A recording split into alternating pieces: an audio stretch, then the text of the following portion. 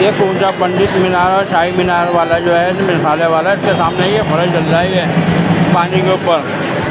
ऐसा कभी फलक चलता हुआ देखा है आपने? ये टायर पानी चल रहा है ये देखो।